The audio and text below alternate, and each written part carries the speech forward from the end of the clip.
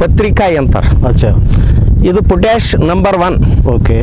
ನಾವು ಎಷ್ಟು 1000 ಕೊಟ್ರೇನ ಲಕ್ಷ ಕೊಟ್ರೇನ ಈ ಟೈಪ್ ಪೊಟ್ಯಾಶ್ ಸಿಗೋದಿಲ್ಲ. ಇದನ್ನು ನಾವೇನು ಮಾಡ್ತೀವಿ ರೀ, ಇದನ್ನು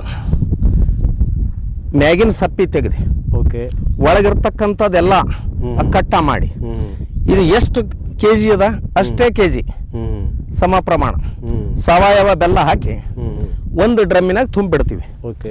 40 ಡೇಸ್. ಅದ್ರ ನಂತರ ಇದರ ಸುಗಂಧ ದ್ರವ್ಯ ಇದರ ವಾಸನೆ ನೋಡಿದ್ರೆ ಅಮೃತಕ್ಕೆ ಸರಿ ಸಮಾನ.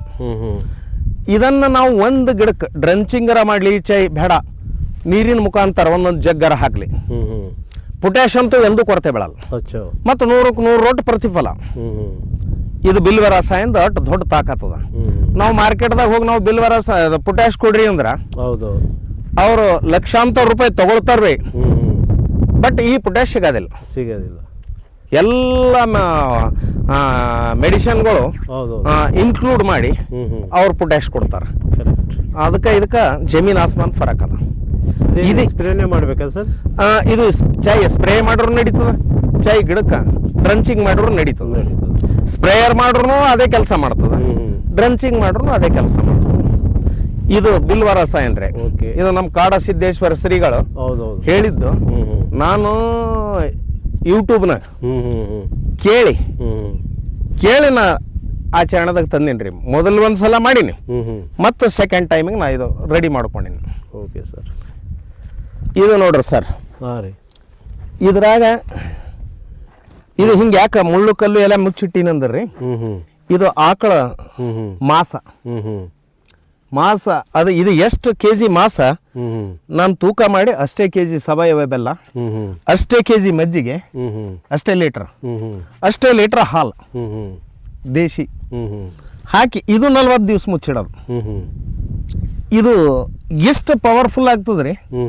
ನೀವು ಚೈ ಇದು ಒಂದು ಸಲ ಆಕಳ ಮಾಸಿನ ಪ್ರಯೋಗ 4 ಸಲ ಮಾಡ್ಬೋದ್ರಿ. ಒಂದು ಆಕಳದು 4 ಸಲ, 40 ಡೇಸ್ಗೊಂದ್ಸಲ. ಅದ್ರ ನಂತರ ಅದ್ರ ಸತ್ವತೆ ಹೋಗಿರ್ತದೆ. ಇನ್ನು ಈ ಕೆಳಗೆ ಡಿಬ್ಬಿ ಅದಲ್ರಿ, ಇದು ಫಿಶ್ ಎಮಿನೋ ಆ್ಯಸಿಡ್. ಇದಕ್ಕೆ ನಾವು ಫಿಶ್ 2 kg ಫಿಶ್ ಇದ್ರೆ 2 kg ಫಿಶ್ ಏನು ಸರ್? ಅದ್ರ ಬೋನ್ಸ್ ಓನ್ಲಿ ಆಲ್ ಎಲ್ಲನೇ ಬಂತು ಕಂಪ್ಲೀಟ್. ಬೋನ್ಸು ವೇಸ್ಟ್ ಇದ್ದಿದ್ದು ಎಲ್ಲರೂ ಮೂಗು ಮುಚ್ಕೊಂಡ್ರ, ನಾ ಮೂಗು ಮುಚ್ಕೊಲಿಲ್ಲ. ಅದನ್ನು ನನ್ನ ಕೈದಿಂದ ತೆಗೆದು ಕಾಟ ಮಾಡಿ ಹಾಕಿ ಅಷ್ಟೇ ಬೆಲ್ಲ ಹಾಕಿ ಇದು 40 ಡೇಸ್ ಆಗಿನ ಮೇಲೆ ಇದ್ರದ್ದು ಬಾಬಾ ಅದ್ಭುತ ಲಾಭ. ಅಮಿನೋ ಆ್ಯಸಿಡ್ ಇದ್ರಾಗ ಸಿಗ್ತದೆ ಸರ್. ಇದು 3. ಇನ್ನು ಇದ್ರಾಗ ರೀ ಬರ್ರಮ್ಮ,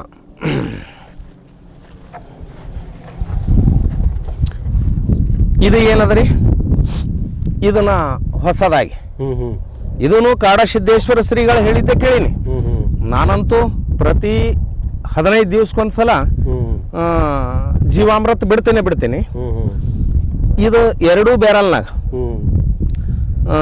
ನೀರು ತುಂಬಿ 2 ಬ್ಯಾರಲ್ನಾಗ 2 kg ಬೆಲ್ಲ ಹಾಕಿ, ನೆಲ್ಲಿಕಾಯಿ ರೀ ಆಮ್ಲ ನೆಲ್ಲಿಕಾಯಿ ಪೌಡರ್ ಇದ್ರಾಗೂ ಅದ್ರಾಗೂ ಹಾಕಿ ಚೈ ಇದು ಸ್ಪ್ರೇಯರ್ ಮಾಡ್ರು ನಂಬರ್ 1, ಚೈ ಡ್ರಂಚಿಂಗ್ ಮಾಡ್ರು ನಂಬರ್ 1. ಇದು ಕಾಡ ಸಿದ್ದೇಶ್ವರ ಶ್ರೀಗಳು ಸ್ವತಃ ಪ್ರಯೋಗ ಮಾಡಿ ಅವ್ರ ಮಠದ ಹೊಲದಾಗ ನಂಬರ್ 1 ರಿಸಲ್ಟ್ ಕೊಟ್ಟದ. ಅದನ್ನು ಕೇಳಿ ನಾನು ಯಾಕೆ ಮಾಡಬಾರ್ದು ಅಂತ ಹೇಳಿ ನಾ ಮಾಡ್ತಾ ಇದ್ದೀನಿ. ಮತ್ತು ನನಗೆ 100ಕ್ಕೆ 100 ಕಾನ್ಫಿಡೆನ್ಸ್ ಅದ. ಅವ್ರು ಹೇಳಿರ್ತಕ್ಕಂಥ ಯಾವುದೇ ವಾಕ್ಯದಾಗ ಒಂದು ತಟಕ್ಕೂ ಕಿಂಚಿತ್ತು ಸುಳ್ಳಿಲ್ಲ. 100ಕ್ಕೆ 100 ಸತ್ಯ. ಅದು ಸತ್ಯ ಅದ ಅಂತ ಹೇಳಿ ನಾವು ನಡ್ಕೊಂಡು ಬಂದಾಗೆ ನನಗೂ ಸ್ವಲ್ಪ ಸುಖ ಶಾಂತಿ ನೆಮ್ಮದಿ ಎಂಬುದು ಸಿಕ್ಕಿದೀವಿ ಹೊಲದಾಗೆ. Correct sir. ಬೇರೆ ತಲೆ ನನಗೆ ಸಿಕ್ಕಿಲ್ರಿ. ಇದು ಸುಳ್ಳೋರಿ ಆಕ್ಸಿಡ್ ಇದು ಯಾಕೆ ಹಚ್ಬೇಕಂದ್ರಿ, ಕೆಳಗ ಕೆಲವೊಂದು ಗಿಡಗಳಿಗೆ ಏನು ಬೇರುಗಳು ಕೊಳಿತಾ ಇರ್ತಾವ. ಆ ಬೇರುಗಳು ಕೊಳಿಬಾರ್ದು ಅಂಥೇಳಿ ಇದು ಸುಣ್ಣ ಹಚ್ಚೋದು. ಈಗ ಮಲ್ಚಿಂಗ್ ಮಾಡೋದ್ರದಿಂದ 108 ಅದ್ಭುತ ಲಾಭಗಳವ. ಮತ್ತು ಯಾವ ಗಿಡದ ಬೆಡ್ಡಿದಾಗೂ ನಾ ತಿಪ್ಪಿನೇ, ಅದು ಪುಂಡಿ ಕಟ್ಟಿಗೆ ಇರಲಿ ಚಾಯ್ ತೊಗರಿ ಕಟ್ಟಿಗೆ ಇರಲಿ ಚಾಯ್ ಸೋಯಾ ಹೊಟ್ಟಿರಲಿ ತೊಗರಿದ ಹೊಟ್ಟಿರಲಿ ಚಾಯ್ ಜೋಳದ ಕಟ್ಟಿಗೆಗಳು ಇರಲಿ ಯಾವಿದ್ರೂ ನಾ ಬಿಟ್ಟಿಲ್ರಿ, ಎಲ್ಲ ಅದನ್ನೇ ಮಾಡೀನಿ, ಅದನ್ನೇ ಮಾಡ್ತೀನಿ. ಈ ವರ್ಷ ಏನೋ ಸಣ್ಣ ಪ್ರಮಾಣದಾಗದ, ಮುಂದಿನ ವರ್ಷ ಇಡೀ ನಾನು ಹೊಲ್ದಾಗ ಬಂದ್ರೆ ಒಂದು 2-3 ಫೀಟಿನ ಅಂದಾಜಿ ಫುಲ್ ಮಲ್ಚಿಂಗೇ ಮಾಡಿಬಿಡ್ತೀನಿ ನಾ. Waste ತ್ಯಾಜ್ಯನೇ mulching. ಅದರದಿಂದ ನಮಗೆ ಹೊಲಕ್ಕೆ ಗೊಬ್ಬರ ಕೊಟ್ಟಂಗೆ ಆಯ್ತದ. ಎಲ್ಲ ನಮ್ಮ ಗಿಡಗಳಿಗೆ ಕುಂದು ಕೊರತೆ ಇದ್ದಿರ್ತಕ್ಕಂಥ ಏನೇ ಪೋಷಕಾಂಶ ತತ್ವಗಳನ್ನು ಅದೇ ನಿರ್ವಹಣೆ ಮಾಡಿಕೊಡ್ತದೆ. ಇದು ಮಾಡೋದು 100ಕ್ಕೆ 100 ಒಟ್ಟು ಕರೆಕ್ಟ್ ರೀ. ಈಗ ಗುರುತಿರ್ಲಾರ್ದಕ್ಕೆ ನಾನು ಅಗತಿ ಮಾಡಿಸೀನಿ, ಬಟ್ ಯಾವಾಗ ನಮ್ಗೆ ಹೇಳಿದ್ರು ಅವಾಗ ಹಿಡಿದು ಸ್ವಲ್ಪ ಅಗತಿಗೆ ಮಾಡಿಸೋದೇ ಬಿಟ್ಬಿಟ್ಟಿನಿ ರೀ. ಇದೆಲ್ಲ ಮೊದಲು ಮಾಡಿದ್ದೆ ರೀ. ಈಗ ಬರೀ ಮಲ್ಚಿಂಗ್ ಮಾಡೋದು, ನೀರು ಬಿಡೋದು, ತಿಪ್ಪಿ ಗೊಬ್ಬರ ಹಾಕೋದು, ಮತ್ತು ಅದ್ರಾಗ ಗಿಡದ ಬುಡದಾಗ ನೀರು ಬಿಡಬೇಡ್ದು ಅಂತ ಹೇಳ್ಯಾರ ಮಧ್ಯಾಂತರದ. ಈಗ ಅದು ಮಧ್ಯಾಂತರ ಸಿಸ್ಟಮ್ ಜಾರಿಗೆ ತಂದು ಗಿಡ 100ಕ್ಕೆ 100 ಒಟ್ಟು ಸಬಲೀಕರಣ ಮಾಡ್ಕೋತೆ ಅಂತ ಹೇಳಿ ನನಗೆ ಕಾನ್ಫಿಡೆನ್ಸು ಅದ, ಆಗ್ಯಾದು. ನೀರು ಎಷ್ಟು ಸರ್ ನಿಮ್ಮ ಬೋರ್ಗೆ? ನೋಡ್ರಿ, ನಂದು ಬೋರ್ಗ ಹೆಚ್ಚಿಗೇನಿಲ್ಲ ರೀ, 1-2 ಇಂಚ್ ಅದಾವ. ನನ್ನ ಈ 400 ಗಿಡಕ್ಕೆ ಬೋರಿಗೆ ಸಫಿಷಿಯೆಂಟ್ ಅದ. ಈ ಇನ್ನೊಂದೇನು ಪ್ಲಾಟ್ಫಾರ್ಮ್ ಮಾಡ್ಬೇಕಲ್ಲತ್ತೀನಿ, ಅದಕ್ಕೆ ಬೇಕಾದ್ರೆ ಒಂದು ಬಾವಿ ತೋಡಿಸ್ಬೇಕು ಅಂತ ಹಿಂಗೆ ನನ್ನ ಇಚ್ಛೆ ಅದ ರೀ. ಈ ಥರ ಮಾಡೀನಿ. ಯಾರೇ ಕೃಷಿ ಮಾಡ್ಬೇಕಾದ್ರೆ ನಾನು ತಿಳಿಲಾರ್ದಕ್ಕೋ ಕೆಮಿಕಲ್ಕ ಅಡಾಪ್ಟ್ ಆಗಿ, ಫರ್ಟಿಲೈಸರ್ಗಳಿಗೆ ಅಡಾಪ್ಟ್ ಆಗಿ ಮಾಡಿ ನಮ್ಮ ಭೂಮಿ ಪೂರ ಸತ್ವ ಕಳ್ಕೊಂಡಿತ್ತು. ಯಾವಾಗ ನಾ ಸಾವಯವ ಕೃಷಿ ಪದ್ಧತಿಗೆ ಬಂದ, ಈಗ ನಮ್ದು ಆಕಳ ಇಟ್ಟಿನಿಲ್ರಿ. ಯಾಕೆ ಇಟ್ಟಿನಿ ಅಂತಂದ್ರೆ ನಮಗೆ ಜೀವಾಮೃತ ಬೇಕು, ಹಾಲು ಬೇಕು, ಮಜ್ಜಿಗೆ ಹುಳಿ ಮಜ್ಜಿಗೆ ಸ್ಪ್ರೇಯರ್ ಮಾಡ್ಲಕ್ ಬೇಕು, ಗೋಮೂತ್ರ ನಮ್ಗೆ ಭಾಳ ಅವಶ್ಯಕತೆ ಅದ. ಜೀವಾಮೃತ ಮಾಡ್ಬೇಕಾದ್ರೆ ಅದು ಸಗಣಿನೂ ಬೇಕು, ಅದ್ರ ಮೂತ್ರನೂ ಬೇಕು. ಫ್ರೀ ಅಲ್ಲ, ಎಲ್ಲಾದ್ರೂ ನಮ್ಗೆ ಹತ್ತದೆ 1-2 kg ಸಾವಯವ ಬೆಲ್ಲ. ಹೊಲ್ದಾಗ ಬೆಳೆದಿದ್ದೆ ಕಡ್ಡಿ ತೊಗರಿ ಏನು ಬಿ ಇರ್ತದೆ, ದ್ವಿದಳ ಧಾನ್ಯದ ಹಿಟ್ಟು, ಒಂದಿಟ್ಟು ಮಣ್ಣ 7 ದಿವಸ ತಿರುಗಿಸೋದು, ರೈಟ್ 15 ದಿವಸಕ್ಕೆ ಒಂದ್ಸಲ ಸ್ಪ್ರೇ ಮಾಡಿದ್ರೆ ಮುಗೀತು. ಜೀವಾಮೃತ ಕೊಟ್ಟು ಬಿಡ್ತೀನಿ, ಕೆಳಗೂ ಕೊಡ್ತೀನಿ, ಸ್ಪ್ರೇಯರು ಮಾಡ್ತೀನಿ ರೀ. ನಂದೇನು ಮನೆ ಗೇಟ್ರ ಮನುಷ್ಯರು ಮಾಡ್ಕೊಳ್ಳೋದು. ಇನ್ನು ಮುಂದೆ ನಂದು ಒಂದೇ ರಿಕ್ವೆಸ್ಟ್, ಈಗ ಆಲ್ಮೋಸ್ಟ್ 90% ನಮ್ಮ ಭಾರತದಾಗ ಭೂಮಿ ಈ ಕೆಮಿಕಲ್ ಮತ್ತು ಫರ್ಟಿಲೈಸರ್ ಸ್ಪ್ರೇಯರು ಮತ್ತು ಇದ್ರಾಗ ರೀ ಪೂರ ರೋಗ ರುಜಿನಗಳ ಅಟ್ಯಾಕೆ ಅದರದಿಂದ ಅದ. ಯಾವ ಮನುಷ್ಯಗೆ ಯಾವ ರೋಗ ಬರ್ಲಿಕ್ಕೆ ಸಾಧ್ಯ ಇಲ್ಲ. ಈಗ ಒಂದು ಹಿಡಿ ಮಣ್ಣು ತಗೊಂಡ್ರ ಅದಕ್ಕೆ ನಾವು ಯೂರಿಯಾ ಹಾಕಿದ್ದದನೆ, DAP ಹಾಕಿದ್ದದನೆ, 26 ಹಾಕಿದ್ದದನೆ, 17 ಹಾಕಿದ್ದದನೆ, ಮತ್ತು ಅದ್ರಾಗೆಲ್ಲ ಕೆಮಿಕಲ್ ಬೆಳೆದಿದ್ರಾಗ ಬಿ ಅದರ ಅಂಶ ಅದನ್ನ ಉಂಡೆ ಫ್ಯಾಟಿ ಲಿವರ್ ತಗೋರಿ, ಹರ್ ಒಂದು ಡಿಸೀಜ್ ಅದರದಿಂದ ಉತ್ಪನ್ನವ. ಅದಕ್ಕೆ ಮುಂದೆ ನಂದು ಒಂದೇ ಕಳಕಳಿ ಅದ, ಯಾವ ರೈತರಿಗೂ ಸಾವಯವ ಕೃಷಿಗೆ ಅಳವಡಿಸ್ಕೊಂಡು ಮುಂದಿನ ಯುವ ಪೀಳಿಗೆಗೆ ಸಮೃದ್ಧ ಭೂಮಿ ಇರೋದು ಎಷ್ಟು ದಿವಸ ರೀ. ನಾವು ಇರಸ್ತಕ್ಕ ನಮ್ಮ ಥಿಂಕಿ ಟೈಪ್ ಇರ್ಬೇಕಲ್ಲ, ಮುಂದಿದ್ದವ್ರಿಗೆ ಒಳ್ಳೆ ಮಾರ್ಗದರ್ಶನ ಆಯ್ತದಲ್ಲ. ನಾನು ಒಬ್ಬನೇ ಅಲ್ಲ, ಇಡೀ ನಮ್ಮ ಭಾರತ ದೇಶದ ರೈತರು ಎಲ್ಲರೂ ಈ ಸಾವಯವ ಕೃಷಿ ಪದ್ಧತಿಗೆ ಅಳವಡಿಸ್ಕೊಂಡಾಗ ಏನೂ ಕೊರತೆ ಬೀಳಲ್ಲ. ಮತ್ತು ನಾವು ಔಟ್ ಆಫ್ ಕಂಟ್ರಿದವ್ರಿಗೆ ಬೇಕಾಗಿಂದು ಕೊಡಬಹುದು.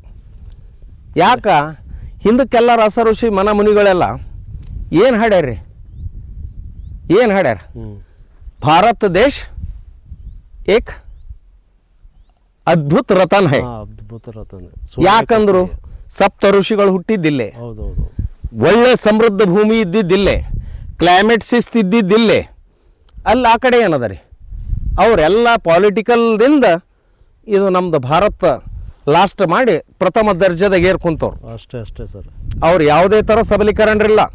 ಎಷ್ಟೋ ಜನರ ಸೈಂಟಿಸ್ಟ್ ನಮ್ಮ ಭಾರತದವರು, ಏನೆಲ್ಲ ವಿಜ್ಞಾನಗಳನ್ನು ಕಂಡು ಹಿಡ್ದಾರ ನಮ್ಮ ಭಾರತದವರು. ಯಾವ್ದಾರು ನಾವಾದರೂ ದುಡ್ಡಿನ ಆಶಿನ ಕಡೆಯಿಂದ ಅವ್ರಿಗೆ ಜೈ ಹೊಡೆದಿದ್ದು. ಈಗ ಬಿ ಅದು ಜೈ ವಾಪಸ್ ತೆಕ್ಕೊಂಡ್ರೆ ಅವ್ರು ಕನಿಷ್ಠ, ನಾವು ಫಸ್ಟ್. Correct sir.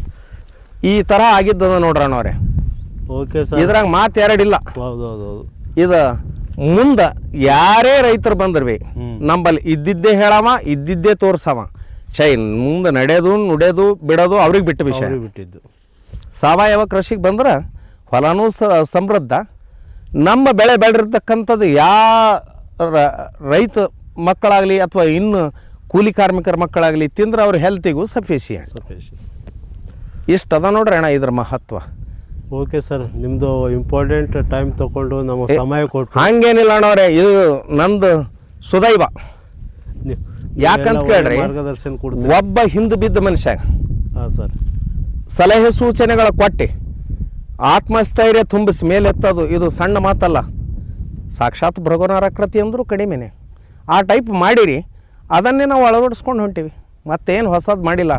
ಮತ್ತು ಮುಂದೆ ಯಾವುದಾದ್ರೂ ಹೊಸ ಹೊಸ ತಂತ್ರಗಳಿದ್ದರೂ ಹೇಳ್ರಿ, ಅದನ್ನು ಮಾಡ್ತೀವಿ. Compulsory sir. Okay sir. Okay sir, thank you. ನಮಸ್ಕಾರ ಸರ್.